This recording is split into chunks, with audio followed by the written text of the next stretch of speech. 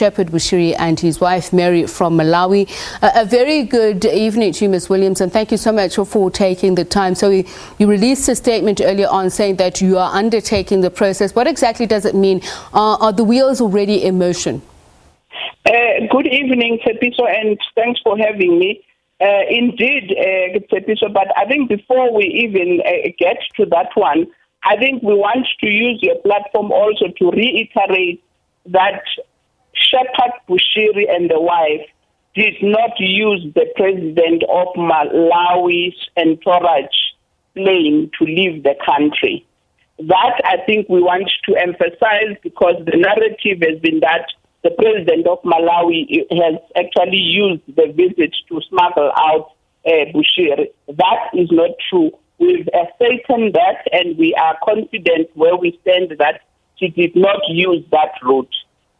Secondly, indeed, we have activated the process of repatriating invoking the extradition processes, given what he has indicated to us that he is in Malawi. You will appreciate that we have a good relationship with the government of Malawi. We also have an extradition treaty agreement, which we are using to start the process of getting Bushiri to return and face the full might of the law. We are hoping that when she comes here, she will be also able to shed light to the South Africans how she left our country violating the rules of immigration, because we have ascertained that she has not used the legal immigration procedures of leaving the country. Can I ask this question? Have all ports of entry and exit in this country been examined, or is that a part of the investigation to ensure that they may not have left through any of those? Tsepiso, the reason we couldn't even respond yesterday, we wanted to ascertain that, remember, Bushiri's passport, as part of the condition of the bail, was that she should surrender the passport, and which we can confirm that she did surrender. We have also used yesterday and today to ascertain all our ports of entry, whether a person like that did leave exit our country through the borders, the legal. So I think at this point we can safely say she left our country illegally. And we are hoping that when we arrest and we are able to get Bushiri back into our country to face the full might of the law, she will share with South Africans how she violated our immigration laws, because she will have to share with us how she left our country. I'm glad you clarified what has raised the eye of many South Africans, the possibility or the suspicions that he may have left with the Malawian president. But questions are being raised about whether this visit by Malawi's president was a normal visit. And I'll tell you why, Ms. Williams. It's been said that we are still under lockdown, that we have not seen any visit by any president during this time. Was this a long-planned visit, or was it something that was hastily planned? Can you clear up that suspicion on whether or not this was used as an opportunity to smuggle out the so-called prophet? No, I'm glad you are asking that, because I think this visit has long been planned.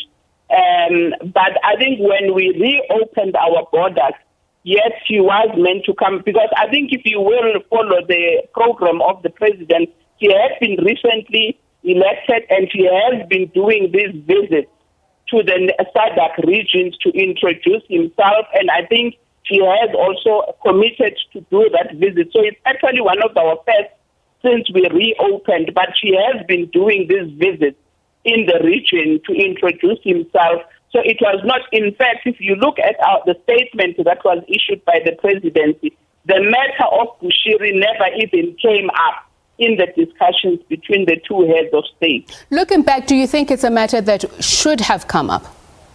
Come again? Do you think it's a matter that should have come up? I'm actually confirming to you that it never came up. Yes, when I'm asking. When we were doing the investigation, we have also touched base with the presidency, and we have been assured that this matter never ever came up. I'm asking Ms. Williams whether it should have come up. And while we're still on that subject, has there been communication now between the presidency in South Africa and the presidency in Malawi, now that the situation has arisen? A fugitive of South African law enforcement agencies is now in Malawi, his home country, which some suggest may cause diplomatic tensions given the way it has played itself out. I think what the statement is saying is confirming that we have started the process of engaging with the Malawian using the extradition agreement that we have. We have, remember at the beginning we were uncertain until he came out and told us that he's in Malawi, and we have started the process as early as yesterday to make sure that we begin to use the extradition agreements that we have with the Malawian government. And we are hoping that given the good relationship we have with the Malawian government, this process will not be dragged for too long, because he has actually even violated the bail condition. So he's actually a wanted man in this country. He is a wanted man, and speaking to the Information Minister of Malawi yesterday, he has said they have to conduct their own investigations before they cooperate. So you say you have started the process, so that means you are not yet in a position to answer whether or not they have a quest to cooperate. Am I correct? We have started the process. I am not in a position to respond with what the Malawian government minister has said. Safe to say that we have good relationship with the Malawian government. We have even cemented it with the recent visit of the Malawian president, who recommitted the working relationship with the two countries. So we have no reason to doubt that they will renege. Okay. I just have a final question, Ms. Williams. I'm glad you're talking about good relations. There are suggestions that at Waterkloof Air Force Base and at OR Tambo, security officials boarded the plane that was going to transport the president of Malawi to ensure that the Bushiris were not on that plane. Are these reports true? I missed it. What was the question, Peter? There were reports that law enforcement agents boarded the plane that was going to transport the president of Malawi back to his country to ensure that the Bushiris were not on that plane, meaning that there was a security check of every individual. Is that true, and is that indicative of those good relations? Peter, let me confirm to you. The only reason there was a delay in the plane of the president of Malawi, remember before the president came, there was an advanced team that came from Malawi, but it came through the OR Tambo. So what they tried to do is to save by going through the OR. They wanted that same advanced team to board in the Waterkloof Air Base, which was denied because in terms of the law, they could not exit in a different port of entry. We had to make sure that they go back to the port of entry which they came through, and they were then double-checked and processed through that channel. So there was never any doubt of the president of Malawi to a point of doing all those things. We did say to them they cannot be boarded there, and they did comply, and they went to the OR to be boarded from where they had come through. So there was never a question of doubting them. But yes, at the OR Tambo, even that advanced team, it was processed, and we are certain that the team that came in is exactly the team that came through. And the normal immigration checkings were done, which is normally done with anybody who's exiting or coming in. Quick and final question before I go to my foreign editor, Sophie Mokoena. Should it be found that any official of the Malawian government was complicit in Shepherd Bushiri and his wife, or anybody else that he fled the country with, in getting them there, would it cause a diplomatic incident? Well, we will deal with that, but at this point, I'm not even able to comment on something that has not happened. But I guess the international relations will know what to do when there has been a violation of the diplomatic relations. But at this point, we are not even there. All right. Thank you very much. GCIS Director General Phumla Williams. We're joined now by SABC foreign editor Sophie Mokoena, who's been listening into that conversation.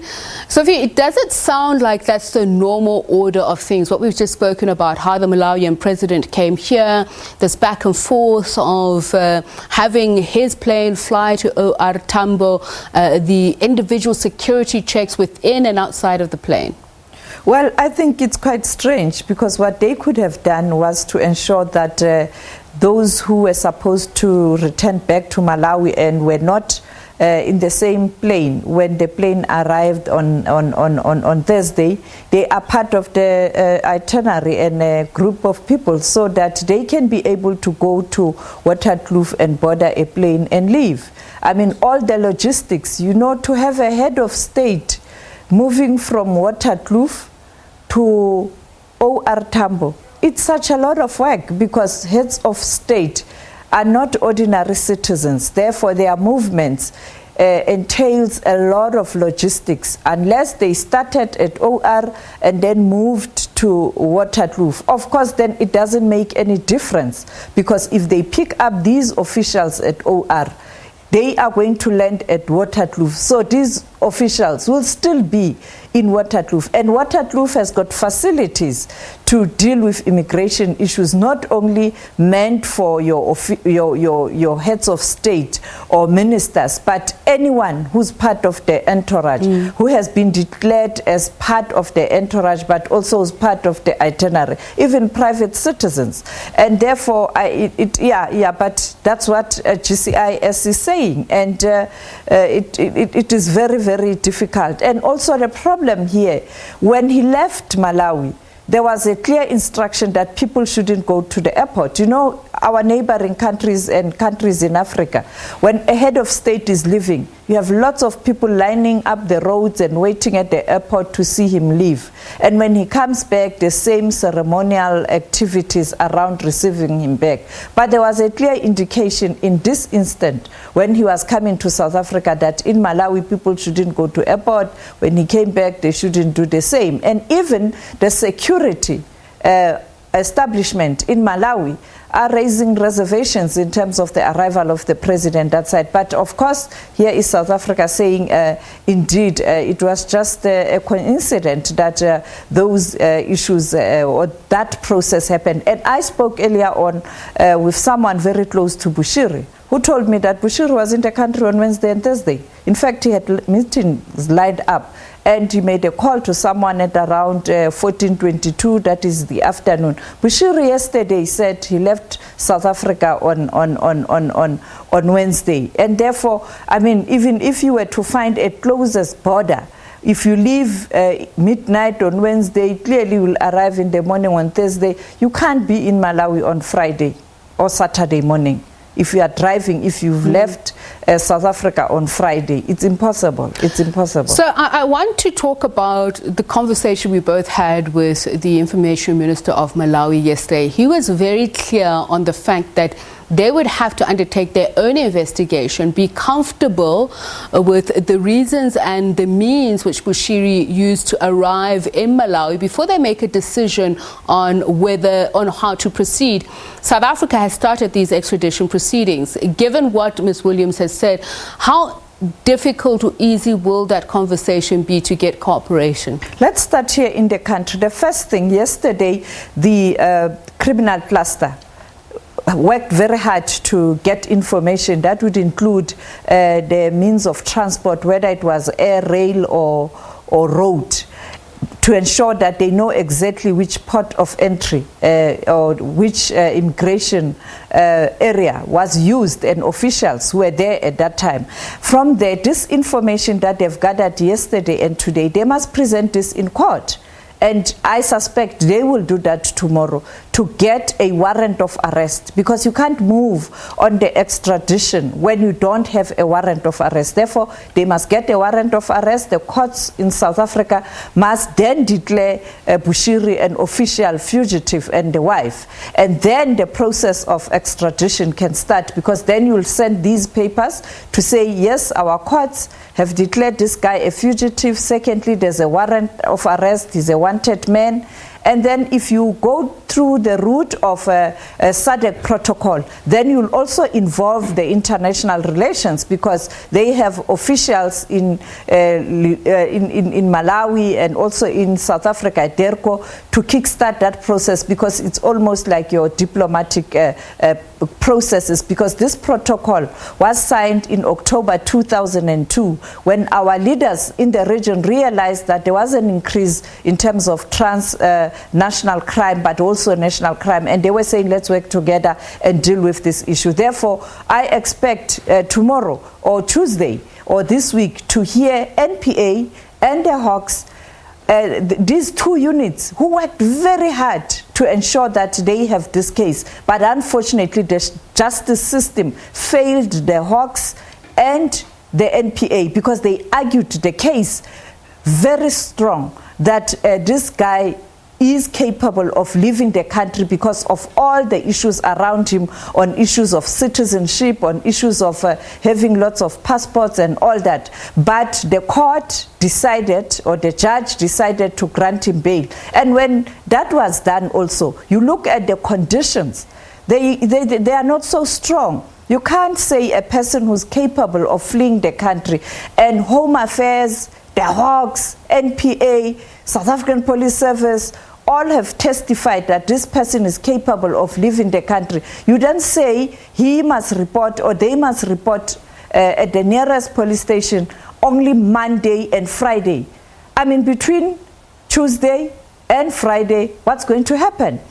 You're leaving a room for a person to maneuver. I also have information that he was investigating whether his diplomatic passport can give him a leeway to evoke the privileges that he has as a diplomat, because I'm told in Malawi, the head of state is able to give particularly the religious leaders diplomatic passport. But this diplomatic passport that he has, it was issued by the then president of Malawi, Mutharika. Now you have a new president. I want to talk about that issue of diplomatic relations, which I asked Ms. Williams about, that should it be found that any role was played by an official member of the Malawi government, how that will play out, especially what you mentioned, if this issue of him having a diplomatic status has come up a number of times, that if that was breached, how will this impact on this? And South Africa coming out, making such a huge effort to protect Malawi's reputation on these speculations?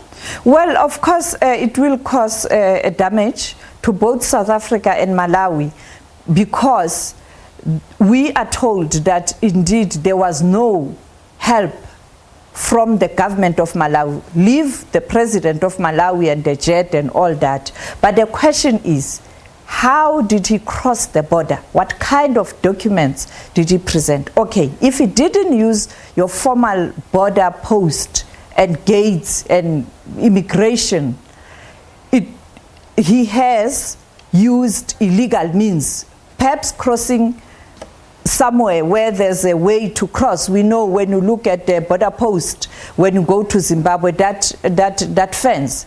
But then on arrival in Malawi, what kind of documents did he present to Malawi's immigration office? Because even though you are returning back to your country, you still have to present documents. We travel a lot to different parts of the continent and the world. When we come back here at OR Tambo, we do present our documents. Even though people know us, they can even identify us, but they are doing their job as immigration office to ensure that indeed this is Sophie Mokoena coming back.